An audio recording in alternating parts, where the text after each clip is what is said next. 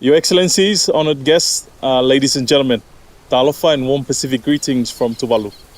Last year, I addressed this August Assembly proclaiming that we must take bold and alternative action today to secure tomorrow.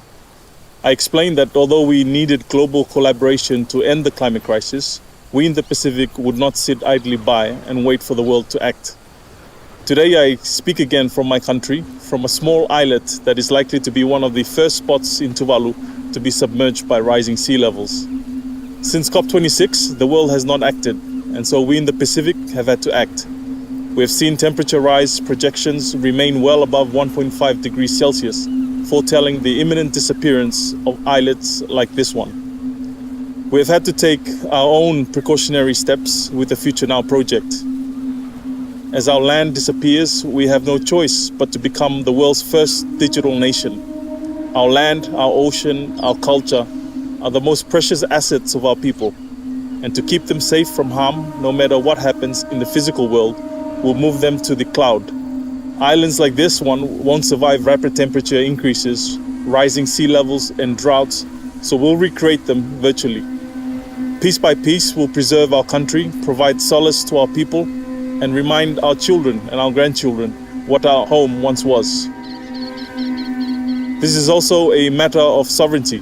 We in Tuvalu are taking bold steps to ensure that our statehood and our maritime boundaries are permanently maintained, despite extreme land loss due to climate change and sea level rise.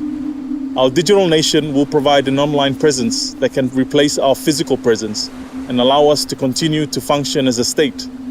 We have been working on these initiatives for the past year, building our capacity to retain and preserve our nation and the unity of our people, even as climate change spirals out of control.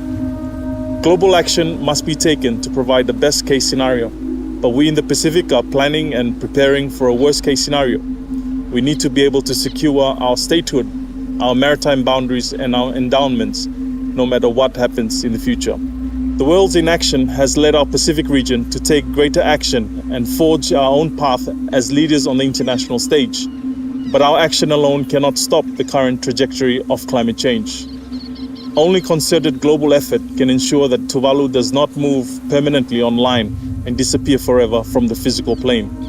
Our Tuvaluan culture dictates that we all must share responsibility for the global predicament caused by the climate crisis.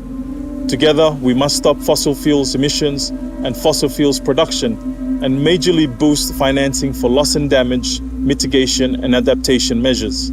It is not just Tuvalu that is affected, but the world is facing extreme weather events and shocking temperatures. Without a global conscience and a global commitment to our shared well-being, we may soon find the rest of the world joining us online as their lands disappear. It has long been the time for action, but we have not stepped up to the challenge.